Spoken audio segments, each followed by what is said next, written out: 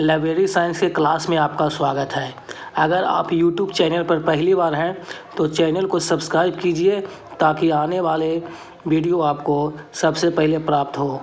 आज हम library science का एक महत्वपूर्ण टॉपिक के बारे में जानने जा रहे हैं जिसका नाम है बिब्लियोमेट्रिक्स लॉ, जिसको हिंदी में बोलते हैं ग्रंथमितीय नियम।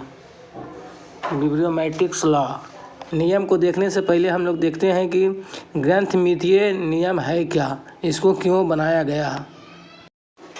बिब्लियोमेट्रिक्स लॉ पुस्तक विज्ञान में ग्रंथमितीय नियम मुख्य रूप से सूचना वितरण का वर्णन करने वाले मूलभूत गणितीय सिद्धांत है।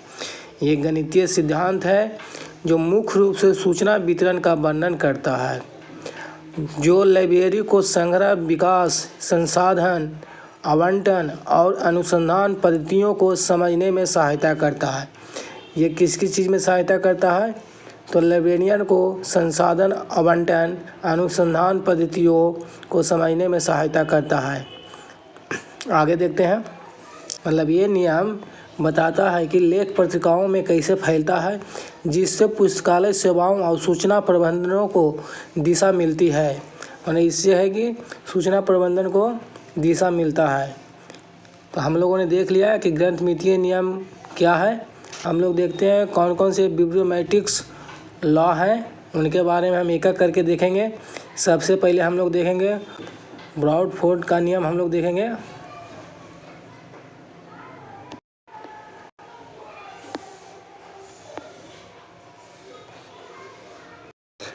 पहला हम लोग देख लेते हैं ब्रॉडफोर्ड का नियम। ब्रॉडफोर्ड का नियम को किसने प्रतिपादित किया? तो ब्रॉडफोर्ड का नियम को ब्रॉडफोर्ड ने ही प्रतिपादित किया। इन्होंने तो इसको प्रतिपादित करने वाले थे ब्रॉडफोर्ड। कब प्रतिपादित किए थे? तो 1934 ईस्वी में 1934 में इन्होंने ब्रॉडफोर्ड का नियम प्रतिपादित किए थे। इसको बोलते हैं ब्रॉडफोर्ड लॉ ऑफ स्कैटरिंग। तो हम लोग देखते हैं इसमें क्या है। तो यह नियम यानी ब्रॉडफोर्ड का नियम यह बताता है कि किसी विषय पर सबसे प्रासंगिक लेखों वाली पत्रिकाओं को एक कोर में विभाजित किया जा सकता है। इसका अर्थ हो गया कि मुख्य समूह में विभाजित किया जा सकता है, जिसके बाद समान संख्या में लेखों वाले क्षेत्र आते हैं। यानी उसके बाद जो है समान संख्या वाले क्षेत्र आते हैं। दूसरा पॉइंट देख लेते हैं। इन क्षेत्रों की पत्रिकाएं संख्या का अनुपात लगभग 1:n² होता है। तो इसको देख लेते हैं 1:n²।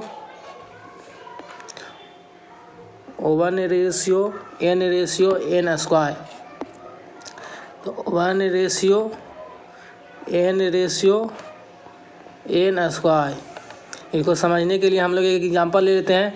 मान लीजिए कि कोई पत्रिका है जो 10 है, इसके आगे ये 50 हो गए, तो आगे ये कैसे बढ़ेंगे? तो ये हो जाएंगे 50 का n² यानी 2500।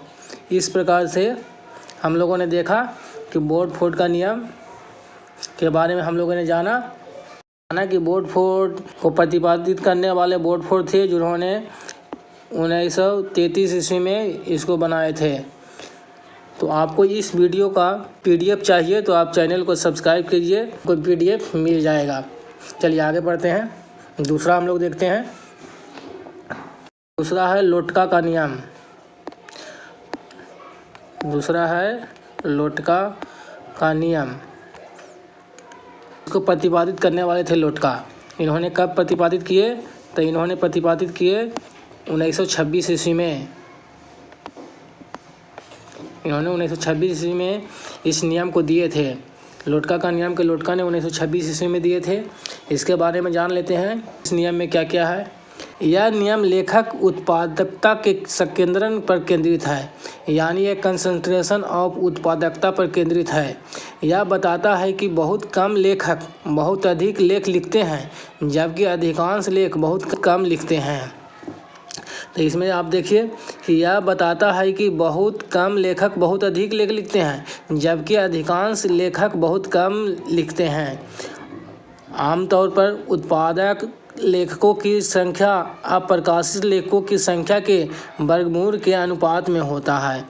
यानी आमतौर पर जो लेखक की संख्या है जो प्रकाशित है उसके वर्गमूल के अनुपात में होता है, अप्रकाशित लेखों के वर्गमूल के अनुपात में होता है। के बारे में हम लोग देखा लोटका का नियम को किसने प्रतिपादित किया, किसने दिया, लोटका ने कब दिया, 1926 ईस्वी में।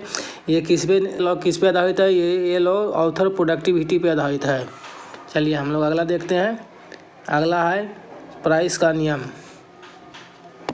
प्राइस का नियम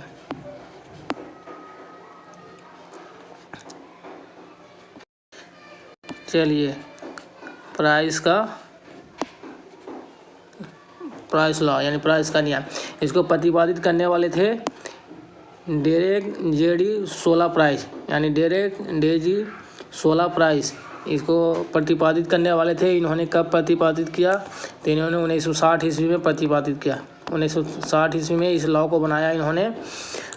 इस लॉ के बारे में हम लोग देख लेते हैं। इस लॉ में क्या है, तो ये लॉ एडवांटेज और डिसएडवांटेज पर आधारित है। इस लॉ नियम दर्शाता है कि कुछ विपुल लेखक और शोधकर्ताएं किसी क्षेत्र में कुल प्रकाशनों में असमान रूप से अधिक योगदान देते हैं। मतलब प्रोलिफिक ऑथर और शोधकर्ता असमान रूप से अधिक योगदान देते हैं कुछ प्रकाशनों में। इसमें देख लिया कि प्राइस का नियम किसने दिया, डेरेक डेजी सोला प्राइस ने दिया। यानी कभी कभी खाली प्राइस लिखा रहेगा। और इसका प्रतिपादित कब किया गया, 1960 ईस्वी में दिया गया इसको। तो अगला हम लोग देख लेते हैं। अगला है जिप्स का नियम, यानी जिसको बोलते हैं जिप्स लॉ, हिंदी में जिफफ का नियम बोलते हैं। तो देख लेते हैं अगला।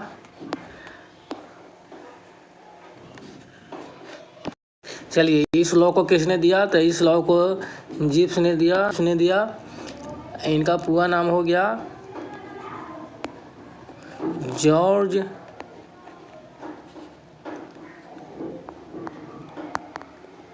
किंग्सले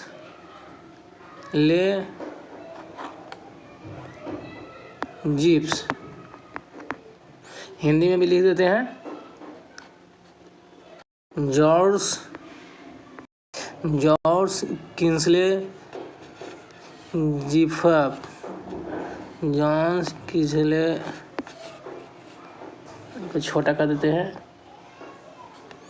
जॉन्स किंग्सले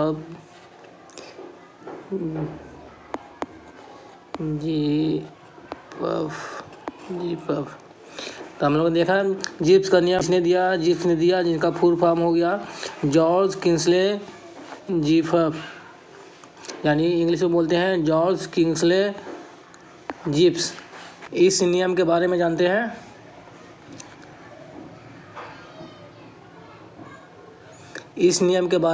हैं। यह नियम पाठक सामग्री के शब्दों के असमान वितरण को दर्शाता है। यानी पाठक सामग्री का जो असमान वितरण है उसको ये नियम दर्शाता है। यदि आप किसी पाठ में सबसे अधिक बार आने वाले शब्दों को क्रमबद्ध करें, यानी सबसे ज़्यादा बार जो शब्द आ रहा है उसको क्रम में लिखें, तो किसी शब्द का रैंक अगर R है और उसकी आवृत्ति F है का गुणनफल R गुने F एक स्थिरांक होगा, यानी कांस्टेंट होगा। मान लीजिए कि कोई शब्द का रैंक R है, छोटा कर देते हैं। किसी शब्द का रैंक R है और उसका आवृत्ति माने बार बार जो आ रहा है वो F हो गया, उसका आवृत्ति F है। शब्द का रैंक R है, इसकी आवृत्ति F है। तो यह नियम कहता है कि रैंक और आवृत्ति का गुणनफल एक स्थिरांक होगा, यानी कांस्टेंट होगा। यानी R गुने F इक्वल टू कांस्टेंट, यानी स्थिरांक होगा। R गुने F इक्वल टू कांस्टेंट, यानी स्थिरांक होगा। तो इस नियम के बारे में जाने कि इस नियम के प्रतिपादित किसने किया, तो इस नियम का प्रतिपादित थोड़ा नीचे कर लेते हैं। इस नियम का प्रतिपादन जिप्स ने किया। अब कब किए ये? तो ये आपको किए 1935 ईस्वी में,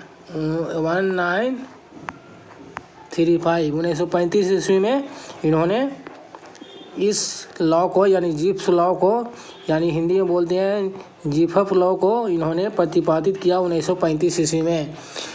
तो अगला देख लेते हैं हम लोग सांख्यिकी ग्रंथ सूची यानी स्टैटिस्टिकल बिब्लियोग्राफी के बारे में हम लोग देख लेते हैं।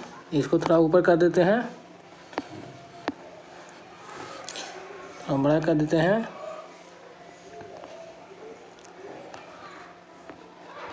चलिए, तो प्रतिपादित करने वाले कौन थे? तो एच हुल्मे थे। इसके बारे में जान लेते हैं कि ये कब प्रतिपादित किए, कौन सा ईस्वी में प्रतिपादित किए? तो ये 1923 ईस्वी में प्रतिपादित किए। तो सांख्यिकी ग्रंथ सूची के प्रतिपादित किसने बनाए? तो एच हुल्मे ने बनाए। अब कब प्रतिपादित किए? तो 1923 ईस्वी में प्रतिपादित किए। तो इस नियम के बारे में जान लेते हैं कि ये नियम क्या कहता है। तो ये नियम सांख्यिकी ग्रंथ सूची नियम का अर्थ है कि विज्ञान और प्रौद्योगिकी के इतिहास को समझने के लिए दस्तावेजों की गिनती और उसका मात्रात्मक विश्लेषण करना। यानी जो मात्रात्मक विश्लेषण करना है या फिर गिनती करना है विज्ञान और प्रौद्योगिकी के क्षेत्र में, तो सांख्यिकी मतलब इस नियम के अनुसार यानी सांख्यिकी ग्रंथ सूची नियम के अनुसार उसमें मात्रात्मक विश्लेषण करना आसान हो जाता है, जो बाद में बिब्लियोमेट्रिक्स के रूप में विकसित हुआ। तो स्टैटिस्टिकल बिब्लियोग्राफी बाद में जाके बिब्लियोमेट्रिक्स के रूप में विकसित हुआ। इनके बारे में जान लेते हैं, इनके प्रतिपादित किसने किए? तो एच हुल्मे ने किए। तो एच हुल्मे के बारे में जान लेते हैं कि एच हुल्मे ने क्यों बनाए। तो हुल्मे का विचार था कि ग्रंथ सूची संबंधित डेटा जैसे प्रकाशनों की संख्या का उपयोग करके वैज्ञानिक प्रगति और समानता के रुझानों का अध्ययन किया जा सकता है। इनका मानना था कि इस नियम के अनुसार जो ग्रंथ सूची संबंधित डेटा का उपयोग करके वैज्ञानिक प्रगति और समानता रुझानों को अध्ययन किया जा सकता है, यानी वैज्ञानिक प्रगति और समानता के रुझानों को अध्ययन किया जा सकता है। इन्होंने 1923 ईस्वी में सांख्यिकी ग्रंथ सूची शब्द गढ़कर बिब्लियोमेट्रिक्स के क्षेत्र में नींव रखी थी। तो इन्होंने बिब्लियोमेट्रिक्स के क्षेत्र में नींव किसने रखी थी? एच हुल्मे ने बिब्लियोमेट्रिक्स के क्षेत्र में नींव रखी थी। कब रखी थी? तो 1923 ईस्वी में सांख्यिकी ग्रंथ सूची शब्द गढ़कर। इसके बाद में एलन पिचाई ने 1969 ईस्वी में बिब्लियोमेट्रिक्स शब्द को लोकप्रिय बनाया, जो हुल्मे का ही एक विस्तारित रूप है। मानी इन्हीं का एक विस्तारित रूप है जिसको बिब्लियोमेट्रिक्स शब्द को लोकप्रिय बनाए। तो कौन बनाने वाले थे? तो एलन पिचाई बनाने वाले थे। तो अगला हम लोग देख लेते हैं, अगला है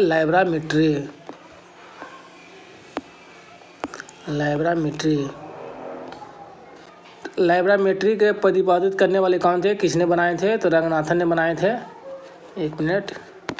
रंगनाथन ने बनाए थे। तो इस नियम क्या कहता है? ये नियम क्यों बनाया गया? इस नियम का महत्व क्या है? तो ये नियम सांख्यिकी और मात्रात्मक अध्ययन में काम आता है। मतलब ये नियम का उपयोग सांख्यिकी और मात्रात्मक अध्ययन के लिए किया जाता है। और देख लेते हैं इसमें क्या होता है।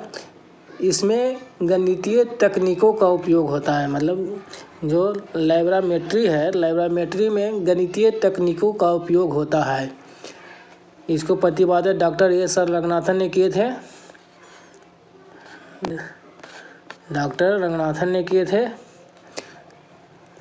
इसका प्रतिपादन डॉक्टर रंगनाथन ने किए थे। कब किए थे? तो 1948 ईस्वी में। तो लाइब्रामेट्री को कब बनाया गया? 1948 ईस्वी में बनाया गया। किसके थ्रू बनाया गया? तो रंगनाथन के थ्रू बनाया गया। 2 क्वेश्चन तो यहीं से बन रहा है। इसमें और देख लेते हैं। तो सूचीकरण और वर्गीकरण प्रणालियों को सुधार करना था। लाइब्रामेट्री बनाने का मेन उद्देश्य था सूचीकरण और वर्गीकरण प्रणाली में सुधार करना था। तो हम लोग ने देख लिया कि लैब्रामेट्री एस आर रंगनाथन द्वारा 1948 ईस्वी में बनाया गया। इसका मुख्य काम था सूचीकरण और वर्गीकरण प्रणाली को सुधार करना था। अब ये सांख्यिकी और मात्रात्मक अध्ययन करता है। तो अगला देख लेते हैं बिब्लियोमेट्रिक्स।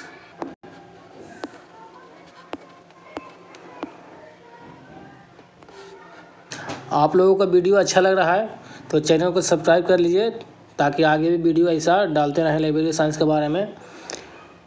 आप लोग सब्सक्राइब कीजिएगा तो मोटिवेशन हमको मिलेगा। तो अगला देखते हैं बिब्लियोमेट्रिक्स। बिब्लियोमेट्रिक्स तो इसको प्रतिपादित करने वाले कौन थे? एलन पिचर्ड यानी ए पिचर्ड। कब इन्होंने स्थापित किया था, कब इनको बनाए थे? तो इसको बनाए थे जाके आपको 1969 ईस्वी में 1969। देखते हैं कि इस नियम में क्या कहता है। तो यह दस्तावेजों और संचार के मात्रात्मक अध्ययन पर केंद्रित है, यानी ये सिर्फ मात्रात्मक अध्ययन पर केंद्रित है जो दस्तावेज और संचार के में उपयोग होता है। यह एक मात्रात्मक अनुसंधान पद्धति है। एलन पिचर्ड के बारे में जान लेते हैं कि एलन पिचर्ड क्या थे। तो एलन पिचर्ड एक ब्रिटिश लाइब्रेरियन और सूचना वैज्ञानिक थे।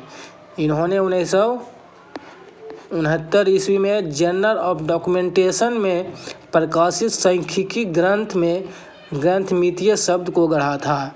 माने ए पिचर्ड ने अपने डॉक्यूमेंट्स यानी जर्नल ऑफ डॉक्यूमेंटेशन में प्रकाशित सांख्यिकी ग्रंथ में ग्रंथमितीय शब्द को गढ़ा था। यानी ग्रंथमितीय शब्द को किस में गढ़ा था? तो जर्नल ऑफ डॉक्यूमेंटेशन में प्रकाशित सांख्यिकी ग्रंथ में ज्यामितीय शब्द को गढ़ा था। कब गढ़े थे? 1969 ईस्वी में। आगे देख लेते हैं।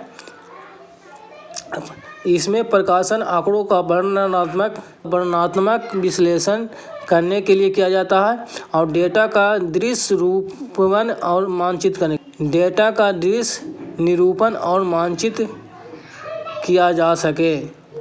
इसलिए बिब्लियोमेट्रिक्स नियम लाया गया कि डेटा को दृश्य निरूपण और मानचित्र किया जा सके। तो हम लोगों ने देखा कि ये किस पे आधारित है? तो मात्रात्मक अनुसंधान पद्धति पे आधारित है। तो हम लोगों ने लगभग सभी लॉ के बारे में हम लोगों ने जाना। तो हम लोगों ने बिब्लियोमेट्रिक यानी ग्रंथमितीय नियम के बारे में जाना कि कौन कौन से नियम है। तो पहला है ब्रॉडफोर्ड, दूसरा हमने देखा लोटका का नियम, तीसरा हमने देखा प्राइस का नियम, चौथा हमने देखा जीफब का नियम यानी जीफ्स लॉ जिसको बोलते हैं। अगला हम लोगों ने देखा सांख्यिकी ग्रंथ सूची, फिर हम लोगों ने देखा पैरामेट्री और उसके बाद हमने देखा बिब्लियोमेट्रिक। तो ये सब नियम के बारे में जाने हैं। इसको प्रतिपादित किसने किया, मतलब इसको बनाया किसने और कब बनाया। तो इससे एग्ज़ाम में लगभग ये क्वेश्चन आपको आसानी से आ जाएगा। तो इसमें आपको घबराने की बात नहीं है। आप इसको थोड़ा सा याद कर लीजिएगा, ज़्यादा याद नहीं करना है कि इसको प्रतिपादित किसने किया और कब किया। इतना से ही आपको एग्जाम में क्वेश्चन पकड़ में आ जाएगा। तो कुछ क्वेश्चन देख लेते हैं ताकि आप लोगों को आसान हो कि क्या पढ़े हैं, कितना सीखे हैं। तो हम लोग क्वेश्चन सेशन देखते हैं। चलिए हम लोग प्रश्न सेक्शन में कुछ प्रश्न देख लेते हैं, क्वेश्चन देख लेते हैं। पहला क्वेश्चन है लोटका नियम को कब बनाया गया? चलिए आंसर दीजिएगा। लोटका नियम को कब बनाया गया? चलिए आप लोग सही जवाब दीजिए, ज़्यादा समय नहीं देंगे आप लोग को। चलिए इसका सही आंसर है बी 1926। लोटका नियम को बनाया गया 1926। अब देख लेते हैं कि 1923 में किसका बनाया गया था? तो सांख्यिकी ग्रंथ सूची को 1923 ईस्वी में सांख्यिकी ग्रंथ सूची को 1935 ईस्वी में जीफ्स लॉ को बनाया गया था। तो अगला क्वेश्चन देखते हैं हम लोग।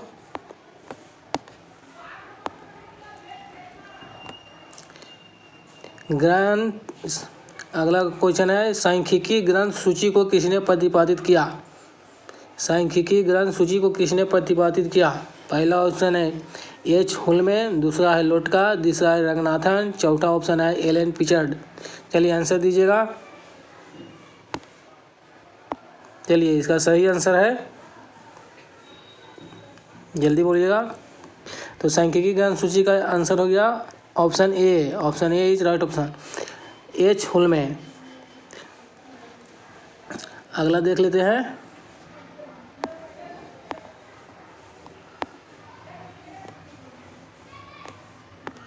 अगला क्वेश्चन है लेब्रामेट्री का प्रतिपादन किसने किया, यानी लेब्रामेट्री को किसने बनाया। तो लेब्रामेट्री को सही आंसर इसका हो जाएगा ऑप्शन सी, रंगनाथन ने बनाया। एच हुलमेन ने किसका बनाया, तो अभी हम लोग बनाया, इसके पहले हम लोगों ने क्वेश्चन देखा था, उसमें आंसर था सांख्यिकी ग्रंथ को बनाए थे एच हुलमेन ने। लोटका को एलन पिचर्ड ने किसके बनाए थे, एलन पिचर्ड किसके बनाए थे, बिब्लियोमेट्रिक्स को। अगला क्वेश्चन देख लेते हैं। बेडफोर्ड का नियम कब दिया गया, बेडफोर्ड का नियम कब दिया गया। चलिए सही आंसर दीजिए। सही आंसर ऑप्शन ए 1934 ईस्वी में। अब हमको बताइएगा कि ऑप्शन बी में 1926, तो 1926 में कौन सा लॉ दिया गया था, तो 1926 में लोटका दिया गया था। 1926 में लोटका दिया गया था। 1935 में क्या दिया गया था, तो जिप्स लॉ। तो आप लोगों ने देख लिया कि क्वेश्चन किस तरह से आता है। उम्मीद है कि आप लोगों को वीडियो पसंद आया होगा। तो आप लोग चैनल पे पहली बार हैं तो चैनल को सब्सक्राइब कर लीजिए, ताकि इसी तरह की वीडियो आप लोगों को मिलता रहे। इसका PDF भी आप लोगों को मिलता रहेगा। वीडियो देखने के लिए थैंक यू, धन्यवाद।